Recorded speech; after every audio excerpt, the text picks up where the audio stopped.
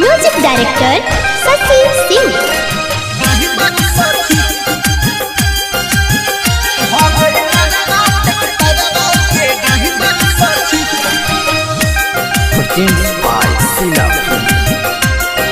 दिखेला जब हमके गौना में हरन मारे सले तरदा बाबेला। देखेला जब हमके गौना में हरन मारे सले तरदा बाबेला। हवे यादवा टिकटरवा के ड्राइवर सखी, हवे यादवा टिकटरवा के ड्राइवर सखी। देखी हमरा के गाना बजावेला। ये सखी कौन गाना बजावेला हो?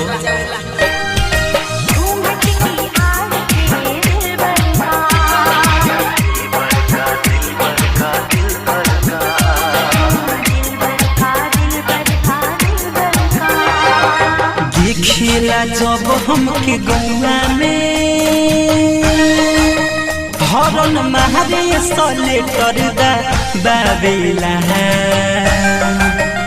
हवे यादवा टिकटरवा के ड्राइवर सखी, हवे यादवा टिकटरवा के ड्राइवर सखी।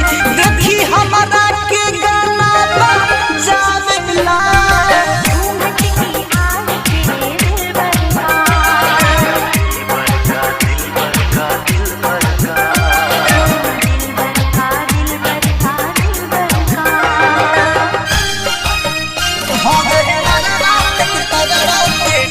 Produced by Sila.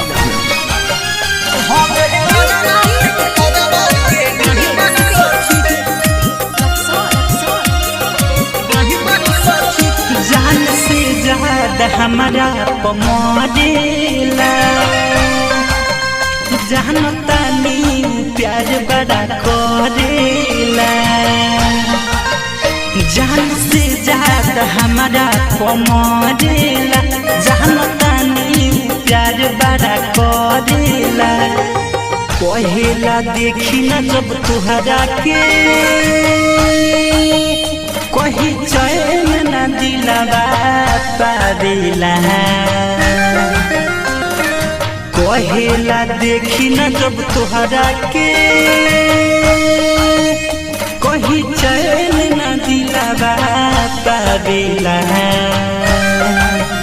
हवे यादवा टिकटरवा के ड्राइवर सखी, हवे यादवा टिकटरवा के ड्राइवर सखी।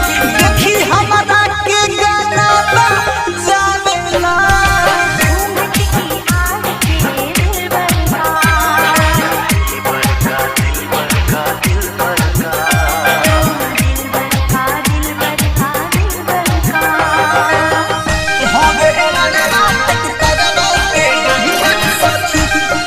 Music director Shashi Singh.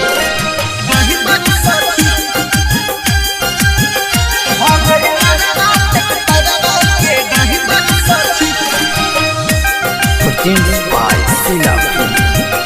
भइल बारे मिथल सवा दीवाना हो। आ जाला दुआरा कोके बहाना हो। भइल बारे मिथल सवा दीवाना हो। आ जाला दुआरा कोके बहाना हो। राइटर हल चल शशि से न भले डराऊ हो भे जावेला। राइटर हल चल शशि से न भले डराऊ हो भे जावेला। हवे यादवा टिकटरवा के ड्राइवर सखी, हवे यादवा टिकटरवा के ड्राइवर सखी। देखी हमरा के गाना बजावेला।